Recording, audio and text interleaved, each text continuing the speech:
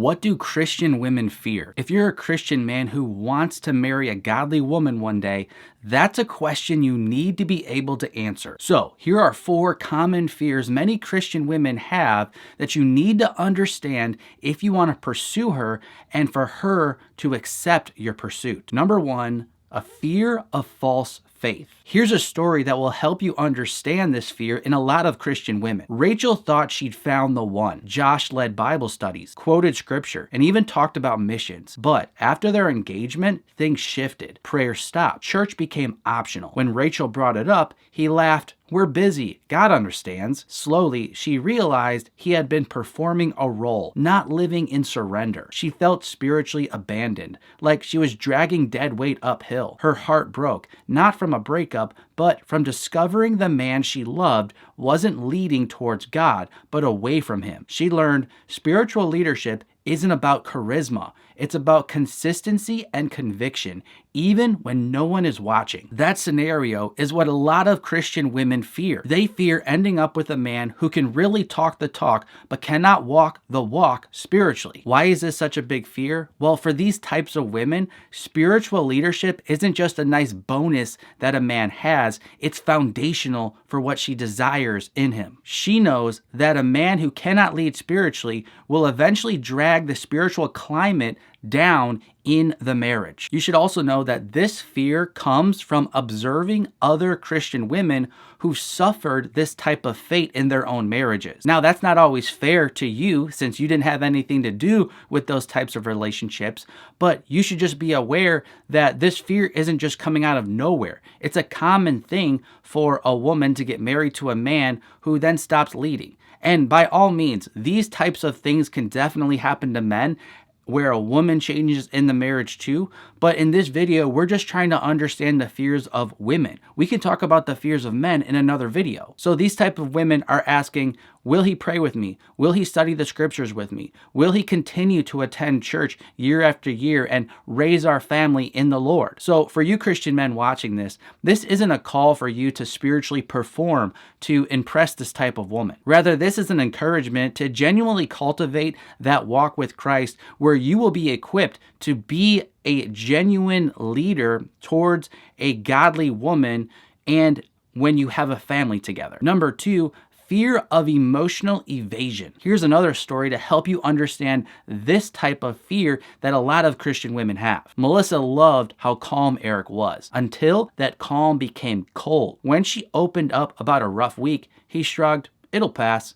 When she asked what he was feeling, he replied, "Nothing, really." Over time, conversation became one-sided, and she felt lonelier with him than she did alone. He didn't yell, he didn't leave, but he also didn't engage. Melissa wasn't asking for dramatic speeches, just a heart that opened its doors. She realized love without emotional connection is like a house with locked rooms, beautiful from the outside, but empty within. Presence without vulnerability leaves a woman starving for intimacy. That scenario captures what a lot of Christian women fear. She fears being with a guy that is open in the beginning, but then grows cold and distant, no longer opening up, no longer being vulnerable and listening to the trial she's going through and sharing what he's going through. So a godly woman will not be expecting perfection. You know, a mature woman knows a guy's not going to be perfect every day. We all have our mood swings. But that doesn't change the fact that women long for emotional connection. So for you Christian men watching this, it means you should start doing the inner work if you want to be mature enough to express the type of love this type of godly woman will crave in marriage. You don't want to start this process of maturing emotionally and spiritually to be able to connect with a woman just when you get married. You want to be ready for that by maturing now. So here's a few things you can do. You can start naming your feelings, becoming aware and identifying to articulate how you feel. You can then practice inviting God into those emotions, trying to find that balance where you're not being whiny and complaining and overly concerned with how you feel all the time, but also not being too stoic and ignoring the reality of your emotions. Really, you just want to try to imitate Jesus. Jesus had this perfect balance of being able to connect with real people and weeping when they wept, laughing when they laughed. He had the right emotional response for the situation while also being God and having this sovereign big view of the ultimate plan of victory occurring through the power of God working through him. 1 Peter 3:7 states, "Likewise, husbands, live with your wives in an understanding way, showing honor to the woman as the weaker vessel, since they are heirs with you of the grace of life, so that your prayers may not be hindered." Emotional awareness and understanding are not optional. They're essential for a godly marriage. Number 3, the fear of no purpose. Okay, here's another story that's going to help you understand this type of fear in godly women. Natalie admired Chris's kindness and stability, but over time, she noticed a lack of direction. He shrugged off every discussion about the future. "God will figure it out," he'd say. She waited, hoping he'd show vision, take a step, anything. But he stayed stuck, paralyzed by fear and apathy. She felt like a car engine revving while the wheels stayed stuck. One day, she realized she couldn't follow a man who wasn't moving. Chris was a good man, but not a growing one. Natalie didn't need him to have all the answers. She just needed to know he was seeking God and moving forward. That's the type of scenario a godly woman fears. She wants to be with a man who has a good idea of where he's going in life, not just when it comes to his career and the practical things, but also spiritually, emotionally, and the vision of ministry. She wants to be with a man who has direction. And God made a woman to be a helper. So a woman wants that. But to be a helper, she needs to be able to join something. If the man isn't doing anything, he doesn't have a vision, she can't help him along the way. She ends up then being the leader, and that's not what she wants. A passive man, even a nice and moral guy, but he's passive, ends up being a burden to a woman because she wants the blessing of following a man, and this type of guy is looking to her for direction. So these types of situations end up leading to a lot of resentment because she wants this guy to move. She's ready to follow. She's ready to submit, but he just won't do it.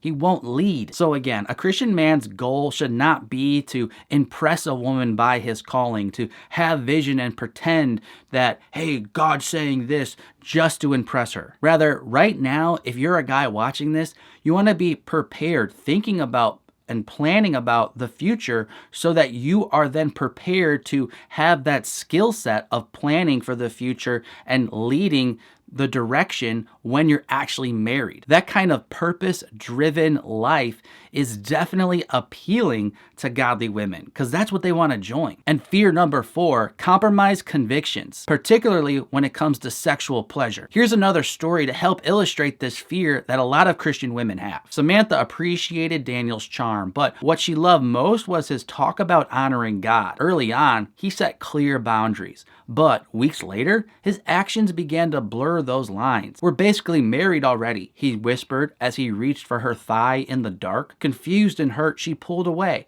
"I thought we agreed," he sighed, frustrated. That night, Samantha realized conviction isn't what someone says, it's what they practice under pressure. She longed for a man who would guard not just her purity, but her peace. She knew she needed a protector, not a seducer in disguise. This is what a lot of Christian women fear. They fear being pressured to compromise on their convictions, particularly when it comes to sexual boundaries. She often worries, will this man want to honor God with me? Or is he going to try to blur the lines and pressure me into going further than I want to go? Now, to be clear, a mature, godly woman isn't afraid of attraction. She welcomes it. She wants to be sexually attracted to the man she ends up marrying. However, she just fears that in the dating process, he's going to say all the right things in public about purity, but in private, he's going to prioritize his desire for sexual pleasure. So if you're a Christian man watching this, work on leading through conviction, not conveniences. You want to guard her heart by first learning how to guard your own heart. And that type of protection and thoughtfulness about a woman